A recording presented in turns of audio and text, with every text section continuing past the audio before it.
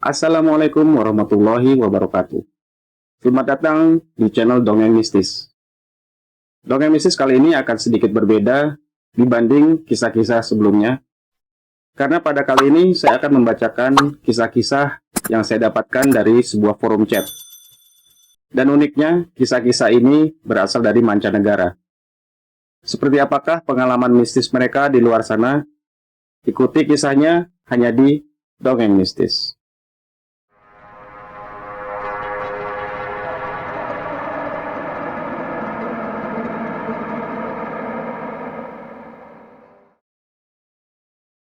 Baik, tanpa panjang lebar, kita masuk ke cerita yang pertama.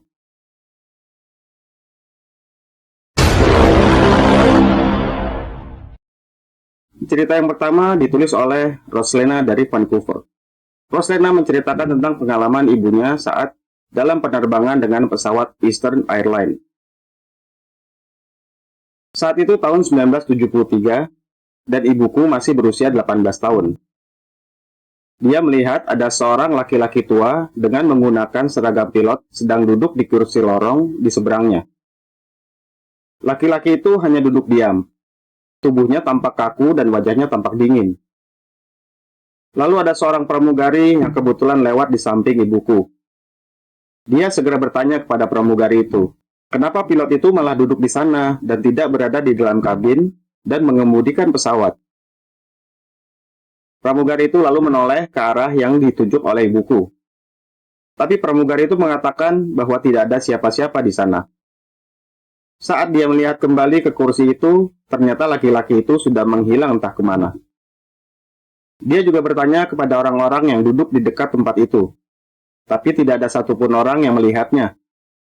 Menurut keterangan mereka, sejak awal bangku itu kosong dan tidak ada seorang pun yang duduk di situ. Dari informasi yang dia peroleh, kemungkinan besar sosok yang dia lihat adalah hantu dari kapten pilot pesawat Eastern Airlines Flight 401 yang mengalami kecelakaan pada tanggal 29 Desember 1972. Peristiwa tragis ini menyebabkan meninggalnya 101 dari 176 penumpang, dan termasuk kapten pilotnya yang bernama Bob Love ikut tewas dalam kecelakaan itu. Sejak mengetahui bahwa pesawat Eastern Airlines ini berhantu, ibuku tidak pernah lagi mau naik pesawat itu. Fenomena penampakan ini terjadi antara tahun 1973 sampai dengan 1974.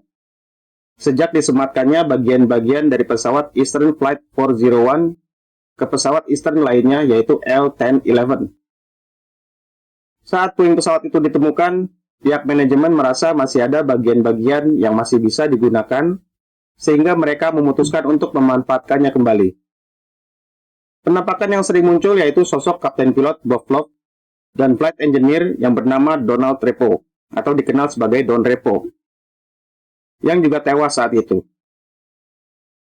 Penampakan ini dilihat baik oleh kru pesawat, para pramugari, maupun penumpang.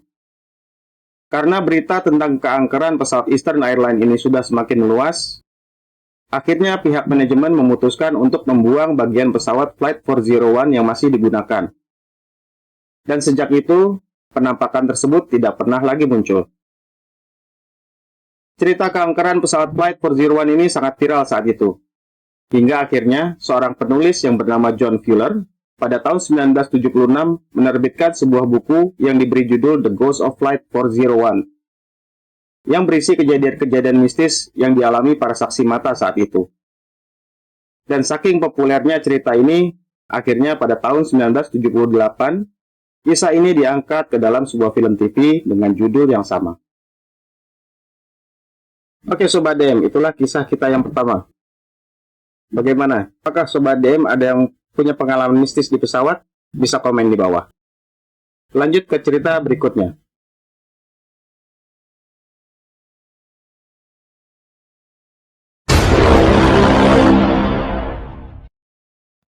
Cerita kedua ditulis oleh Lisa Fiedler dari Memphis, Tennessee. Beberapa tahun yang lalu, saya beserta suami mengunjungi Linlithgow Castle di Skotlandia. Ini adalah tempat kelahiran Mary, sang ratu Skotlandia, yang memiliki kisah tragis dalam hidupnya. Kastil ini bertahan lama setelah kematiannya, hingga saat terjadi pemberontakan Jacobite pada tahun 1740-an. Kastil ini dibakar dan akhirnya hancur. Meskipun dalam keadaan puing-puing, saya tidak merasakan adanya getaran yang mengganggu dari tempat itu. Hanya rasa iba di dalam keheningan. Karena saya bisa melihat betapa tempat itu dulu begitu megah. Namun kini hanya sisa-sisa dan sudah ditinggalkan begitu lama. Suami saya memutuskan untuk menjelajahi benteng dengan berjalan di sepanjang tepi bagian atas kastil itu. Sayangnya, saya memiliki masalah dengan ketinggian. Terutama ketika melewati tangga-tangga sempit dan kuno. Jadi saya memutuskan untuk tetap tinggal di bagian bawah dan mengelilingi area itu. Saya sendirian saja di bagian kastil ini. Mungkin karena hari itu cuaca sedang dingin dan gerimis, suasana jadi sepi sekali. Hanya ada 1 atau 2 turis lainnya di sana. Saya lalu masuk ke sebuah ruangan yang saya pikir itu adalah aula besar. Tanahnya terbuat dari batu paving yang halus, tetapi sisanya hanya batu yang telah lapuk karena cuaca. Ukirannya juga telah rusak karena terkena angin dan hujan selama berabad-abad. Tidak ada langit-langit atau atap. Semua sudah runtuh dan kini hanya udara terbuka. Melihat itu semua membuat hati saya menjadi merasa sedih. Tiba-tiba suasana menjadi berubah gelap. Saya melihat ada langit-langit yang menghalangi sinar matahari. Dan ada api besar yang berkobar di perapian. Saya melihat ada meja kayu yang melintang di tengah ruangan. Tampak beberapa pria duduk di sekitar meja, sambil melihat kertas dan bertengkar satu sama lain.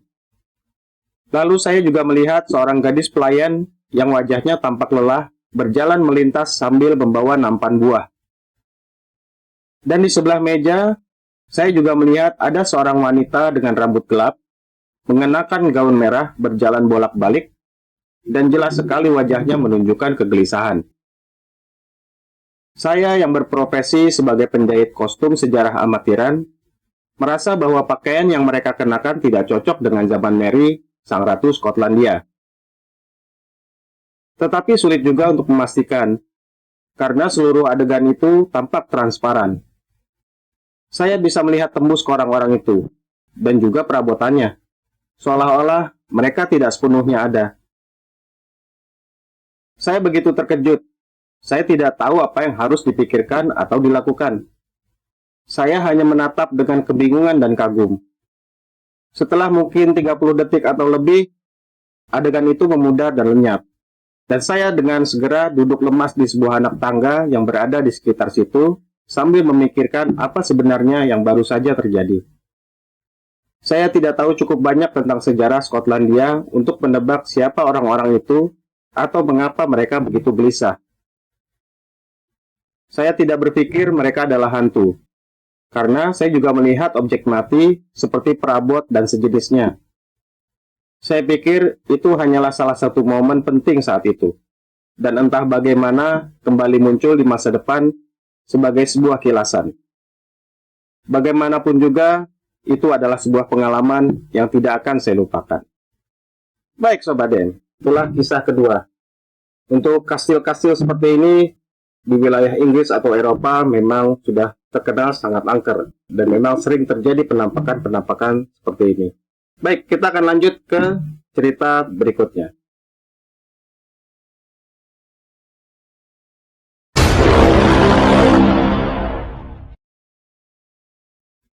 Cerita yang ketiga ditulis oleh seseorang bernama Samantha Hewitt. Dia menceritakan tentang pengalaman ibunya beserta neneknya. Bertahun-tahun yang lalu, ibuku pernah bekerja sebagai seorang perawat di sebuah rumah sakit jiwa. Dia mempunyai seorang pasien wanita yang sehari-harinya selalu bertingkah baik. Sehingga untuk memberikan perawatan seorang diri tidaklah menjadi masalah. Pada suatu hari, ibuku membawanya untuk dimandikan. Pada saat yang bersamaan, telepon di ruang admin perawat tiba-tiba berdering. Perawat yang berjaga segera mengangkat telepon itu, yang ternyata itu adalah nenekku yang ingin berbicara dengan ibuku. Perawat itu menjelaskan bahwa ibuku sedang mengurusi pasien dan memintanya untuk menelpon kembali.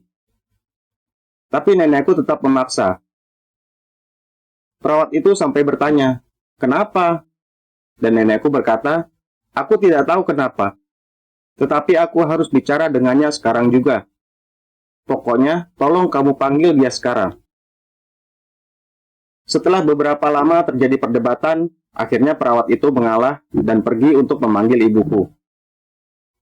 Saat perawat itu masuk ke ruang kamar mandi, dia melihat ternyata pasien itu sedang menenggelamkan kepala ibuku ke dalam air. Perawat itu mencoba untuk menolong ibuku, tapi pasien wanita itu tidak juga melepaskannya. Hingga akhirnya perawat itu segera berlari untuk memanggil para staf lainnya. Butuh 3 orang staf untuk bisa melepaskan wanita gila itu dari ibuku. Menurut cerita ibuku, dia juga tidak mengerti apa yang terjadi. Semua terjadi begitu cepat. Yang dia ingat saat itu, pasien wanita itu tampak tenang seperti biasa. Sampai di ruang pemandian, wanita itu hanya diam memandangi bak yang sudah terisi air, sementara ibuku sedang merapikan bawaannya. Saat didekati, tiba-tiba wanita itu mencengkram tangan ibuku dan mendorong kepala ibuku ke dalam air di bak mandi. Entah kekuatan apa yang merasuk ke dalam pasien itu, tapi yang pasti dia terlihat beringas dan sangat kuat sekali, jelas ibuku.